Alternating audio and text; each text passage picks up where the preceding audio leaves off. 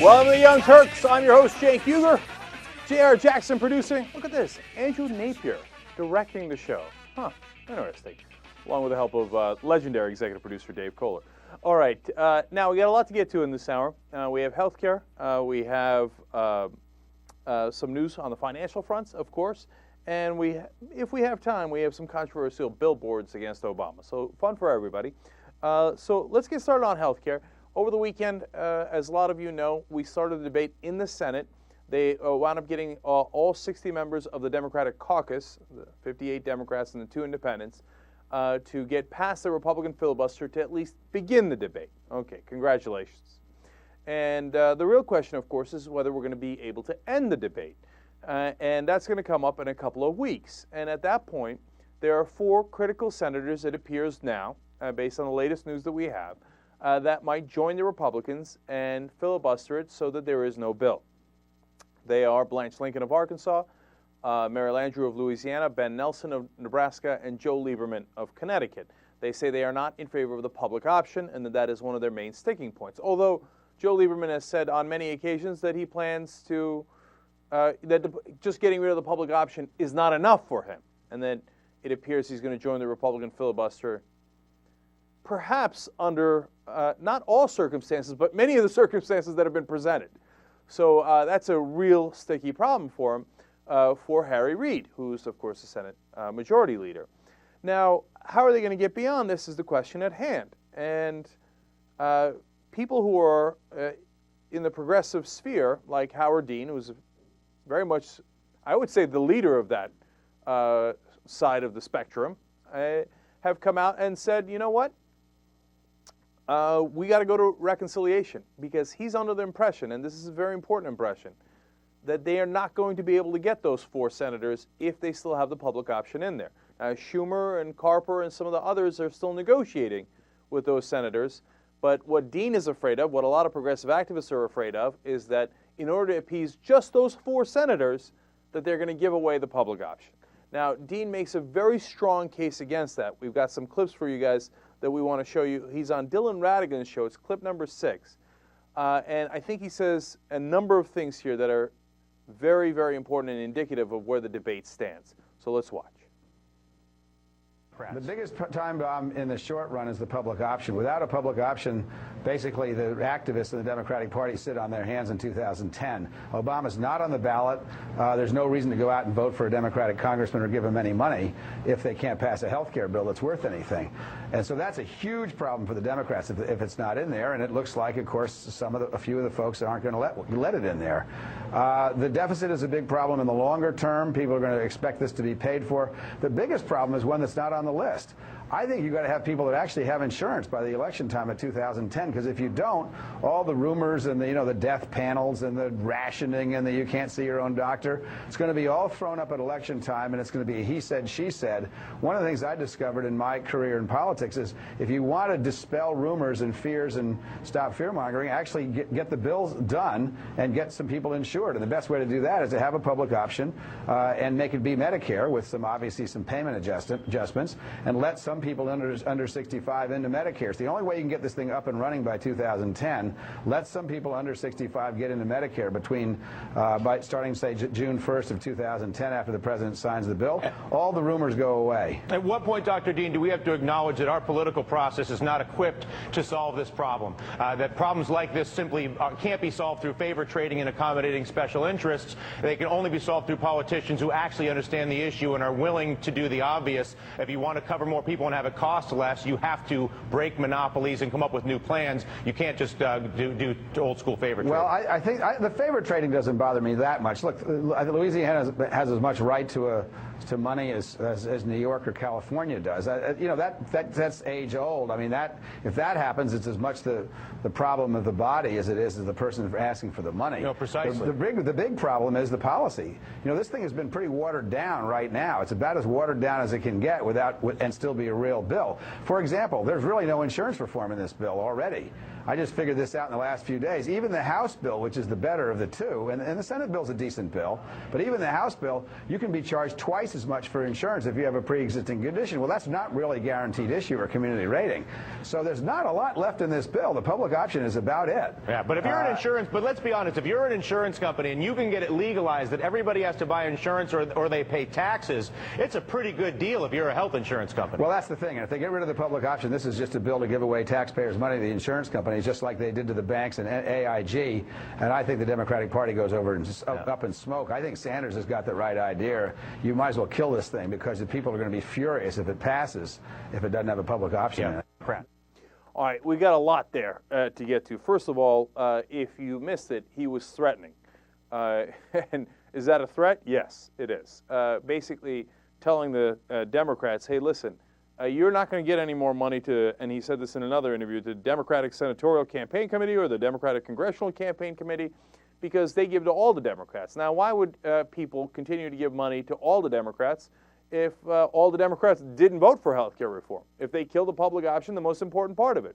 At the end there, he explains, as we've done on numerous occasions, why it's so important. Because without the public option, what you have is a mandate where we have to pay the private insurance companies, and they can continue to jack up our prices.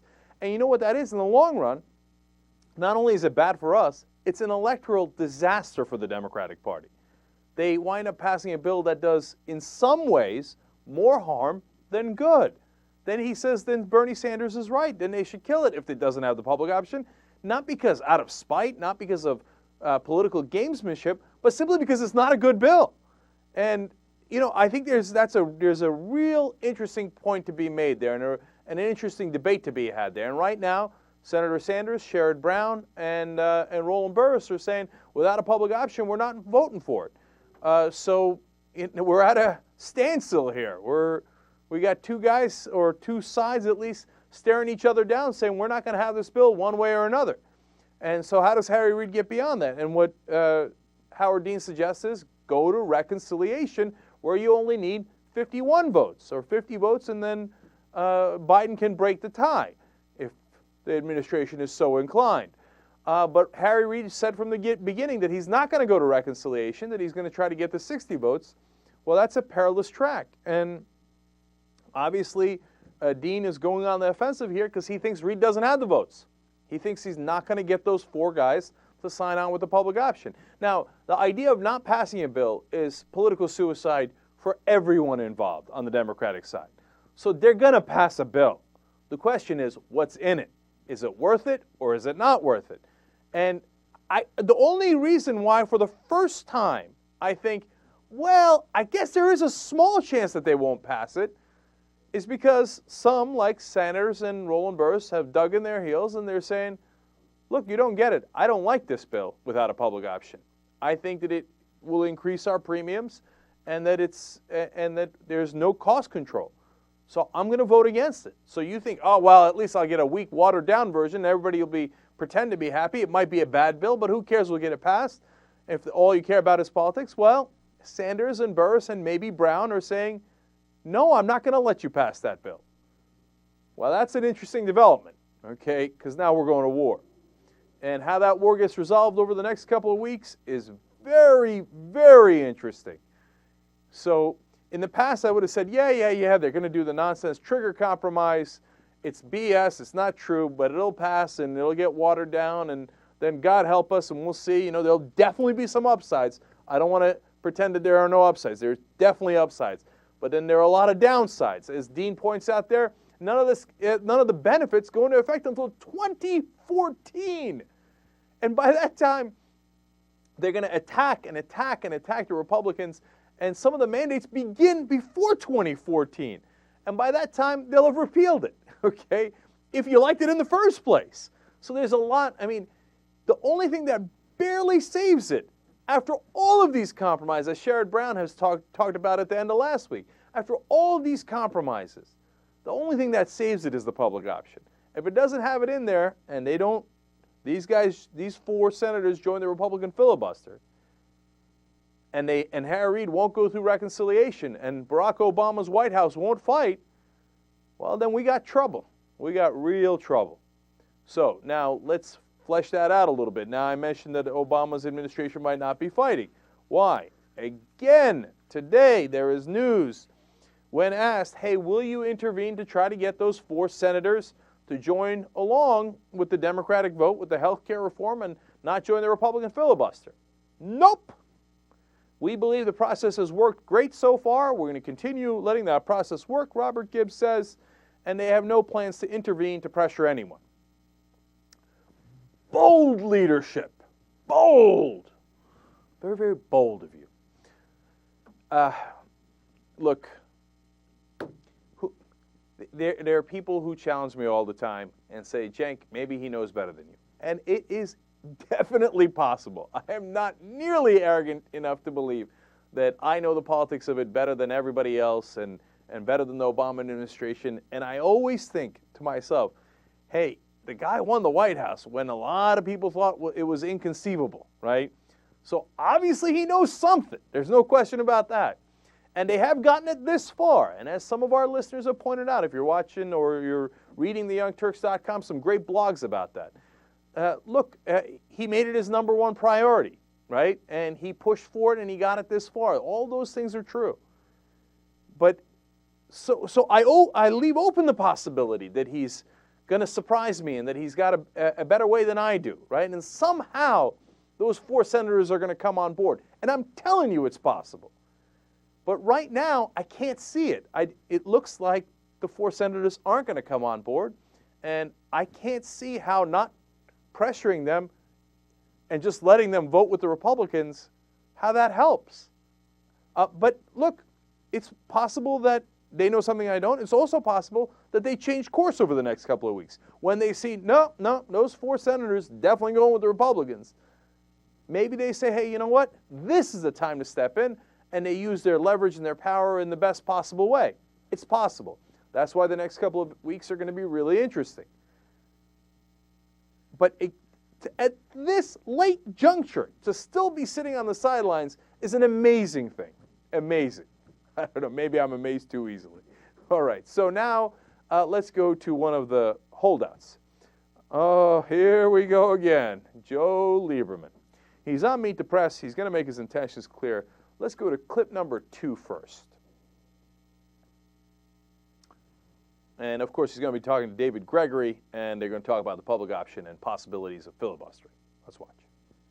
Senator Lieberman, let me pick up with where the real difficult areas are in getting the votes. Are you a no vote on this bill?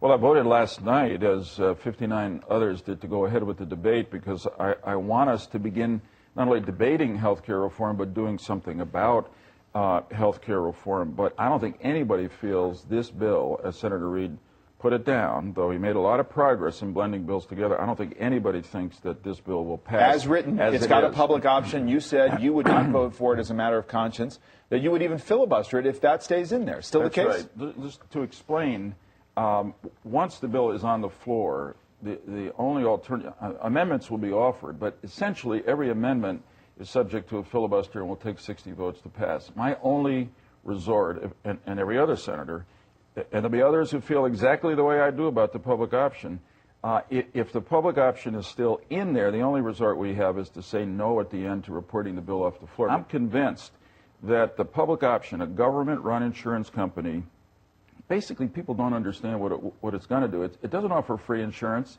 It won't get one more poor person insurance. It won't force one insurance company to give insurance to somebody who's got a pre-existing condition. And it won't even lower the cost of health insurance, which the advocate said originally it would, because the Congressional Budget Office has now said to us that the public option in Senator Reid's bill will actually charge more for insurance than the average charge by health insurance companies. But I can tell you one thing I'm sure it will do. If we create a government insurance company, it's going to run a deficit, and it's only the taxpayers who are going to... So he contradicts himself right there. He says, oh, it's not going to be free to the public, meaning that we have to pay premiums for it. Okay, and so if the premiums are higher, well, then it doesn't do a good enough job of competing with the private insurance, which he said is a possibility, according to the Congressional Budget Office, then it doesn't work. Okay, we paid our premiums, it didn't work. That's part of how normal capitalism works, right? But he says at the end, oh, no, it's going to create a deficit. But wait a minute, you said it's not free. Okay, we're paying the premiums for it. So it's not deficit funded. You know that's not true, but he's saying it anyway. So why is he okay with all the other provisions, but he's scared to death of the public option, as you can see, and he's willing to kill all of healthcare reform over it? Why?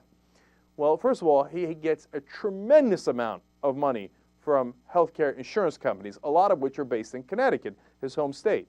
Now, here's the interesting part. Jane Hampshire points to a Goldman Sachs report, and now I think even the Republicans would concede Goldman Sachs at least knows what they're doing in terms of figuring out where the money's going to go, right? And their report indicates that insurance stocks will rise by 59% in 10 years if there is no public option. So the insurance companies think, great, give everybody a mandate, and in fact subsidize a lot of people, which does increase the deficit, even though Lieberman pretends to care about the deficit, he's fine with that part. So give mandates so you drive all these people to private insurance, and they could raise their rates any way they like. So their stocks over the next 10 years, if there's no public option, goes up by 59%. That's why they actually like the bill, as long as it doesn't have the public option.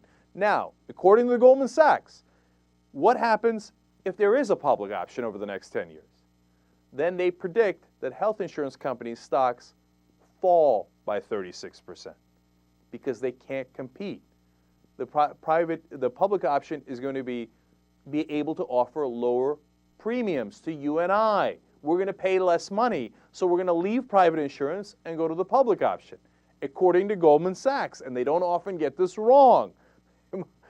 They know how to make money, and they're telling you this is how you make money. That's why the private insurance companies, for them, the public option is everything.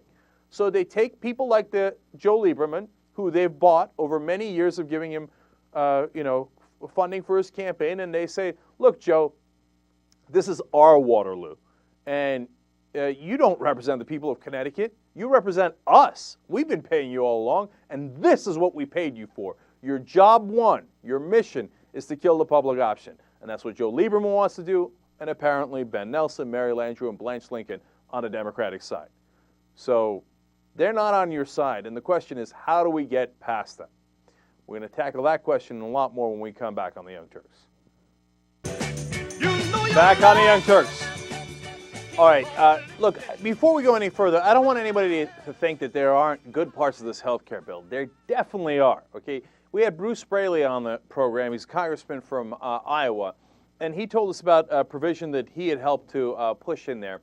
And it would call for a study where they would figure out if Medicare is apportioning money in wrong ways throughout the country, where the counties, some rural counties, are getting less than some of the cities are. But more importantly, they might even switch from a fee-based way of doing Medicare to doing performance-based. Now, let me give you a rough explanation of what that means. Instead of saying, hey, you know what, we're going to give you X amount of money for doing these CAT scans, which then encourages doctors to do more and more CAT scans, as an example, they say, hey, we're going to give you money if the patient is healthy. Now, that's a really simplistic way of breaking it down, but it's roughly the idea that they're going for here. So that's a great part of the bill that not a lot of people talk about. So do I want the health care bill to pass overall? Of course I do. And as much as there are some parts of the bill, like how much more money the drug companies are going to make and how long their patents have been extended, as much as there are bad parts of the bill, there are also good parts of the bill like this one. So the question is, how do you get the public option in there, which I think is absolutely necessary, and pass the bill at the same time? And Howard Dean is totally realistic about that. We showed you in the last segment. He said, look, I get that there's horse trading, and if Louisiana gets an extra $100 million because Mary Landrieu struck that deal, well, that's just as old as politics is. He's right about that. As you listen to him, he's actually incredibly moderate and practical. So all those, things that they attach to progressives and to Howard Dean in specific are ridiculous. He knows how to get it done, but he knows that it's got to be a certain minimum. Otherwise, it's not, overall, it's going to tip the balance to being more counterproductive. So now, let's go to the Republican side for a second, and then I'm going to come back to Joe Lieberman. On the Republican side, they've got a new couple of surveys out, and those polls told them what works and what doesn't work in appealing to people. They want to ignore one part of the poll where that says 59% of Americans fault the Republican Party for not working in good faith with the Democrats to produce a bill. I didn't like that part of the poll, so they ignore that. And 61% are eager to make major changes in the healthcare system. Well, they don't like that part either, so they ignore that part. It's the Quinnipiac poll, by the way. But the parts that they liked was 1 in 5 believe President Obama when he says that he can do it without raising anyone's taxes. Only 1 in 5 believe him. 4 out of 5 do not believe him or are unsure. Okay, so the Republicans see that and they go, aha! You see, they're going to raise your taxes. Not because it actually raises your taxes, not because that's what's in the bill, but they see that the American people are worried about that. And what is the Republican Party good at? Pressing on people's fears. They're like, we got a good fear spot. And they saw in another survey that they did internally that the word arrogant works. They're saying, this is an arrogant restructure of the system. So over the next several weeks, you will see them press 2 points. One, it's going to raise your taxes, it's going to raise your taxes as if it's true. And number 2, these people are arrogant. Now, Kay Bailey Hutchinson, also on Meet the Press, hits one of the 2. Let's go to clip number 1 first. Senator Hutchinson, is this a Pyrrhic victory for the Democrats, a procedural victory, but not ultimate victory on health care reform? Well, I certainly hope not. I think this bill is a disaster for our country. President Obama said that it would be under $900 billion. It is not. President Obama said it would not add to the deficit. It will. President Obama said that no one would lose the health care that they have, and they will. This is a terrible bill. What I would hope is that we could start all over with Republican input, which was not in this bill, and try to do something for the American people that will bring down costs, will not cut Medicare, and especially will give more access to people for affordable health care. You said that you would like to see this stop. What would you do to stop this bill? Well, our only avenue to stop it is to let the American people know that their taxes are going to increase, that their premiums are going to increase, that Medicare is going to be cut, and hope that then the Democrats will bring Republicans to the table, and let's do something that will cut costs but not have a massive government takeover of health. What a liar. So there she goes to her fear-mongering bag of tricks. They're going to come after your Medicare, as if you guys can't give a damn about Medicare. You know what? They're going to raise your taxes, and it's going to increase the deficit. President Obama said it'd be under $900 billion, and it's not. As if it's not deficit neutral. We pay for that $900 billion. And there's 2 different versions, and one of the versions is under $900 billion. Okay? And then the fear-mongering, people are going to lose their health care. She says that, no, trust her. She's got a plan where more people would have access to health care at lower costs. Really, that's interesting, because when the Republicans unveil their plan on the House side, now to be fair, she's on the Senate side, but on the House side, they unveiled their plan. It covered 3 extra million people. This plan covers over 30 million, the Democratic plan. So do they cover less people on the Republican side? Of course! How about pre-existing conditions? Nope, they don't cover it. Does it lower the deficit? No. Their plan increased the deficit. I mean, they are an unreal hypocrites. I mean, they would do it over and over and over again, because what's David Gregory going to do? He's going to give you a little of this and a little of that, and at the end, it's all 50-50, and you can't quite tell. Well, this is what that roundtable had 4 senators there. It was Feinstein, Lieberman, Durbin, and Hutchinson. I watched that whole thing. As all that was being said, I said, well, this seems pretty easy to dispute if that's the way it's happening. You know, I mean, she said 4 things. Obama says it's going to do this, it's not going to do that. Obama says it's going to do this, it's not going to do that. If you're sitting there, and Durbin was there advocating the bill, and they just moved to the next step. I understand you said that there's no way David Gregory is going to do anything about that.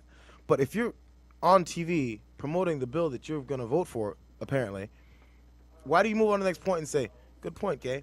Now, what I want to say, you can't let things that are blatantly right in your face pass by if you're the senator on TV to talk about your point of view. I don't understand. Is there some kind of a cordial thing you do because you can't say somebody's lying? Not even say the words lie. Well, let me tell you this. Say it some kind of way. But it seems like there's too much, I'm going to let that point go because you're a senator. No, but it's one-sided, Jerry. You're exactly right. The Democrats are always civil. I mean, they're not going to get in Kay Bailey Hutchinson's face and say, hey, wait a minute, Kay, you just pretended as if this is going to cost us $900 billion or more than $900 billion. isn't Congressional Budget Office says it actually saves us $110 billion. Is that true or untrue? No. I just want an answer, Kay, because you made it seem as if we're going to spend a lot of money. Isn't it true that it's going to actually, according to the Congressional Budget Office, save us money? Yes? No? You say that people are going to lose their health care over it. How? How are they going to lose their health care, Kay? Okay? Now, the thing is, Durbin he's a good guy. He's one of the better senators. He's progressive. But he's not a fighter. He's pudding soft. Okay? He's not a fighter. Dianne Feinstein's barely with us. I mean, she's quote-unquote moderate, right? Which means she takes a lot of money from lobbyists. A lot! And every once in a while, and overall, she's voting the right way in most of the cases. I'll take it. I'm not a Republican, okay? But is she going to go out there and rip Kay Bailey Hutchinson's nonsense propaganda apart? No way. No way. Now, have I seen Republicans jump down Democrats' throats time and time again on TV? Hell yeah. Look, it wasn't true about the nuclear arms race back in the 1970s when the Republicans brought this talking point out. But it is true. We now have Democrats doing unilateral disarmament. They do it all the time. But part of the problem, JR, is the Democratic Party. No question. Those guys that are already on the television show. The other problem is the TV. Now, when you book Durbin and Feinstein, you think they're going to fight? They're not going to fight. You know it. And by the way, look at that. I mean, all right. Then you got Lieberman on the side as Kay Bailey Hutchinson. How about you bring a real progressive on? How about you bring Bernie Sanders on? He's a senator, right? Now, Lieberman says he's going to filibuster if there is a public option. Senator Sanders says he's going to filibuster if there is no public option. Why not bring them both on? Sanders is an excellent debater, and he's not gun-shy. You want to know part of the real reason, by the way? Because I'll bet you any amount of money that Joe Lieberman would not have agreed to come on that show if Bernie Sanders was going to be on there. Here, let's go to clip number, let's go out of order here. Go to clip number 5, right? Mike Stark, as he's wont to do, caught up with Senator Lieberman on Capitol Hill, and he's going to ask him, hey, you wanted a healthy debate. Why don't you go on Rachel Maddow's program and get a healthy debate as she's challenged you? Let's see what his answer is. Well, today, Mike Stark of StarkReports.com found Joe Lieberman in person and did a really nice thing for me. He asked Senator Lieberman if he would come on the show to talk to me. Here's how it went. You've expressed an interest to have somebody have a serious policy debate instead of all the invective and all that. Oh, yeah. And I think one of the best folks from the progressive side is Rachel Maddow, and she's been trying to get you on her show for a really long time. She's got a point of view. Well, I think we're going to have this debate on the floor of the Senate, and I look forward to it. In other words... there's no chance you'd do her show? I don't think so. I don't think so. She's got a point of view that I'm looking to run from, like I'm about to do right now, okay? He doesn't want to debate. I guarantee you that he said, look, I'm not going to have Rachel Maddow on the program if I'm going on Meet the Press. I'm not going to have X, Y, and Z because I don't want the debate. I want a bunch of cream puffs that are not going to challenge my lies. And you know what television's obsessed with? Access. They got to have, Meet the Press has got to have access to those senators. If they don't have those senators on, they think that's the end of the world. So whatever you got to do to get those senators on. Now, okay, now on the upside, David Gregory did ask them some challenging questions. Let's be fair. He asked, okay, let's see if it merits fairness. But anyway, he asked on the cost of health insurance versus the cost of wars. So that's clip number 3. So let's go to clip number 3.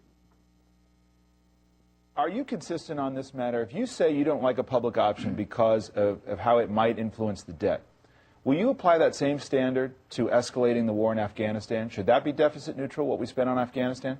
Incidentally, over the years, back in the Bush administration, I put forward tax programs to pay for the wars, because I don't know of another time in our history when we went to war and didn't pay for it. That's part of why we have the enormous debt that we have now. $12 trillion today, predicted to add $9 trillion in the next 10 years. All right, so that's the question. It's going you would pay for escalation in Afghanistan. It would have to be paid for. Absolutely. I don't believe him for a second. Okay?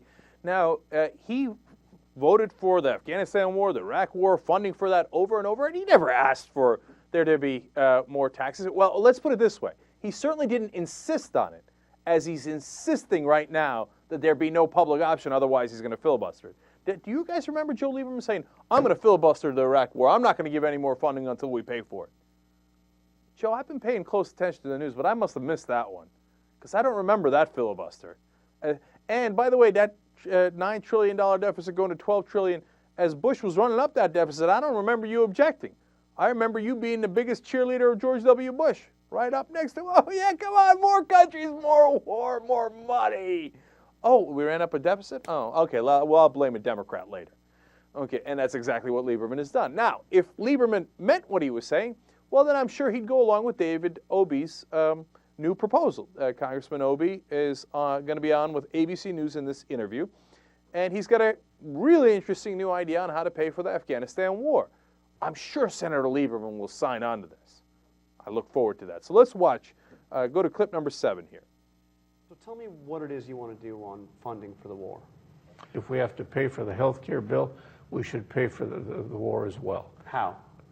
By having a war surtax. The problem in this country with this issue is that the only people who've been asked to sacrifice are military families, and they've had to go to the well again and again and again and again, and everybody else is blithely unaffected by the war. And a tax on what? How would you actually do it? It's a surtax on income.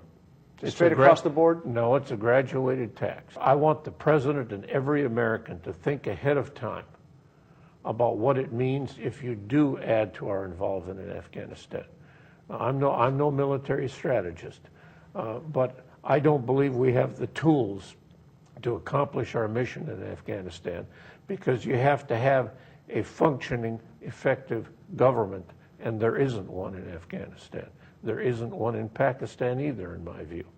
And so, on the merits, I think it's a mistake to deepen our involvement. But if we are going to do that, then at least we ought to pay for it, because if we don't pay for it, then the cost of the Afghan war will wipe out every other initiative that we have to try to rebuild our own economy. That's what happened with the Vietnam War, which wiped out the Great Society. That's what happened with the Korean War, that wiped out Harry Truman's Square Deal. That's what happened with the end of the progressive movement back in the before the 20s, when we went into World War I. In each case, the costs of those wars shut off our ability to afford anything else. All right, now look, it's nearly an inarguable point. Okay, now I up until a month ago supported the Afghanistan war and thought that we should have stayed in there longer. Now, if David Obey came to me and said, well, then okay, then we have to pay for it and we have to do this tax surcharge, you know what I'd have said? Obviously. What, we get to have wars and not pay for them? There's got to be a way to pay for it. If we have to pay for health care, and we do, why don't we have to pay for the wars? Why are we not allowed to do deficit spending for your health care and my health care, but we're allowed to do deficit spending for wars that we're not entirely sure we can win, and we're not even entirely sure what the goals are? Well, that doesn't make no kind of sense. Even if you like the war, and I thought Obama had the right strategy until the fraudulent elections in Afghanistan. Should we pay for it? Of course we should pay for it. Now, that's not the way Washington works, and that's why David Obey doing this juxtaposition is so important. He begins to change the dialogue, so David Gregory asks questions like he did to Joe Lieberman. Hey, wait a minute. Why don't you have stringent requirements to pay for the wars, but you do for health care? Why is it that the domestic policies, as Obey points out, always get the short end of the stick, and the wars always get funded no matter what, even if we don't pay for it? Now, the other reason why that proposal is obviously brilliant is because now when you ask people to raise their taxes even 1% to pay for a war, you think that war is going to happen? That war is over instantly, okay? But if you think that 1% is bad, asking the richest people to pay 5% more for the war? Oh, that war's gone. It's gone. You like it, you don't like it. You think it makes sense, it doesn't make sense. It's necessary, unnecessary. No one cares. That Afghanistan war will be over yesterday. Now, the reality of it is, I don't think this is going to pass. Well, it's way too sensible. It doesn't have nearly enough support. And the serious people in Washington will tut-tut and say, oh, David Obey, aren't you cute? Paying for wars. That's not what we do in Washington. Well, look, if you like the war, you got to come up with the money somehow. Rich people, you like wars? How you like this war? How you like a 5% surtax? Probably not a lot. All right, he's got one more thing he wants to say here, so let's go to clip number 8 here. And you think there is a risk that if we do continue to go in deeper into Afghanistan, that it could wipe out President Obama's domestic agenda? I think $900 billion over 10 years is going to put a huge dent in anybody's agenda, whether it's the president's, whether it's the Democrats in Congress, whether it's the Republicans. Ain't going to be no money for nothing if we pour it all into Afghanistan. And when we first went into Afghanistan, we got their attention. People thought we were serious, but then we diverted our attention to Iraq and we lost the opportunity. And sometimes when you screw something up, you don't get a chance to fix it up on the second round. You have to assess not only is the policy effective, but do we have the instruments to carry it out? And if you don't, I mean, if you've got a nice shiny new car, but you don't have a set of keys to turn it on, you've got a problem. Yeah. Look, what Obi's saying there is, I cannot overstate its importance. He's saying, if it wasn't clear enough, $900 billion is almost the same exact amount of money that we need for health care. Okay? Now, and the crazy thing is, we've already raised the money, already in the House and the Senate bills. It's in the bills to pay for that $900 billion. So on the one side, you have health care for all Americans, okay, as best as we can. It's not a perfect bill by any stretch of the imagination. But you got health care that's going to apply to a lot more Americans, right?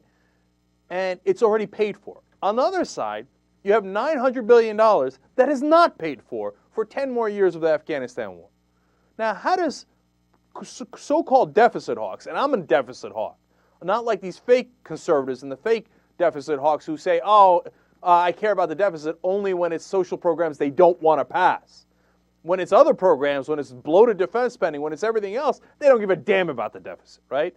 So how does spending that amount of money on a war for 10 years make any sense when you don't get any money back, when you could spend it on health care instead? And go ahead, ask Americans. I dare you. I triple dare you. What would you rather have, 10 more years of war in Afghanistan or health care for everybody? Go ahead, try it, Republicans. See how that works out for you. And you know what? Hey, Obama administration, try it. See how it works out for you. Here's how they're going to go. Health care. And that's already paid for in the bills. That, putting those two things next to one another is exactly right. And that, because that is the real question. Where do we spend our money? Okay? And if you want to spend it on more wars instead of health care for everybody, I think you're crazy. And look, I'm telling you, a month ago I was in favor of the war. And I believe in that second round. Hey, we screwed this up and we got to get it right. But if you say to me, we're out of money and we can only pay for one, of course I'm going to pay for health care instead. And especially because that government in Afghanistan doesn't represent the people. It's a losing strategy. Do I want 10 more years of a war with a losing strategy or health care for all Americans? How stupid do you have to be to choose one rather than the other? To choose Afghanistan over health care?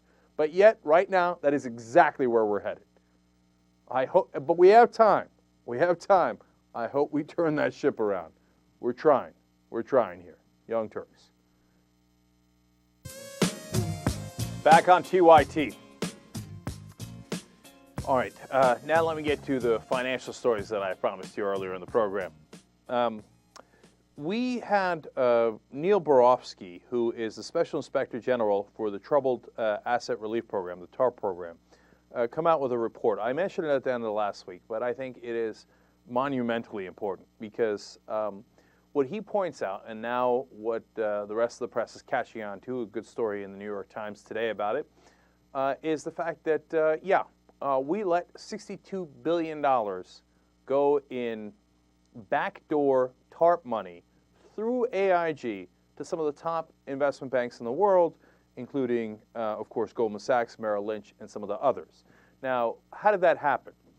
So Goldman Sachs took some TARP money, and then they paid it back. And they even gave us 23% interest on the money, and they said, look, give you a lot of interest, right? And we paid back the money. So, hey, Goldman Sachs on the level, that sounds good, right?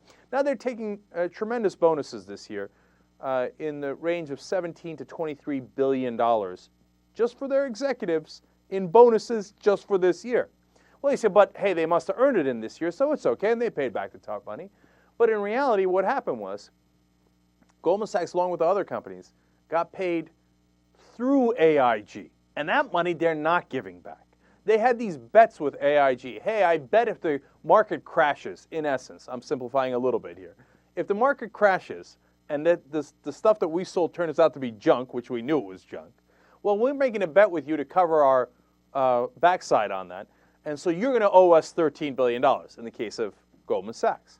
Now, after the market did crash, everybody knew AIG couldn't pay that, and so the value of that is nowhere near $13 billion. If they tried to collect on that in any way, shape, or form in other means, they wouldn't have gotten anywhere near $13 billion. And that's how the market works. You make a bad bet or a bet that isn't going to be able to be paid off with a counterparty like AIG that you should have known couldn't pay off your bets. Well, that's capitalism, baby, right?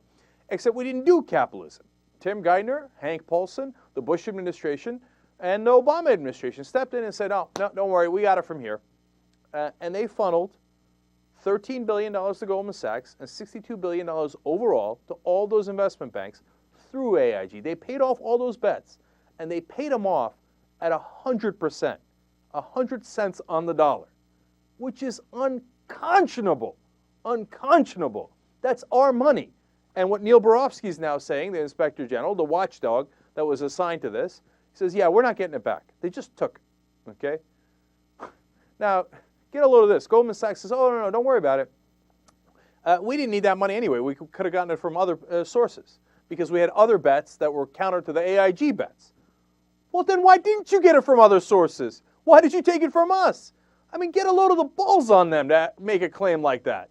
Okay, and everybody writes that down as if that's a legitimate thing that we should be considering. Oh, well, they could have gotten it from other people. Well, then go ahead and get it from the other banks. Why did I pay for it? It's crazy. Tim Geithner just let them walk away with $62 billion. He's not the only one at fault, but he's definitely one of the principal players. When asked about it, they say, oh, no, we had to rescue the banks. But the question isn't whether you had to rescue the banks and the financial industry. The question is how. You didn't have to do it at 100% return on bets. Now, look, now you know I'm not the only one. The progressive economists are not the only one. The guy the government hired to be a watchdog, the Inspector General, is saying, yes, they took the $62 billion and they went home with it. And that's your money and it's not coming back. And they did it through the fraud of the counterparty payments to AIG. And this is how they lose their political capital. Now, when you go and say, oh, no, trust the Obama administration because they got the next thing right, you think the American people are going to trust them? They're going to say, yeah. Whatever this next stimulus bill is, or whatever the next spending is, it's going straight to the bankers. That's what they're going to think because that's what happened last time.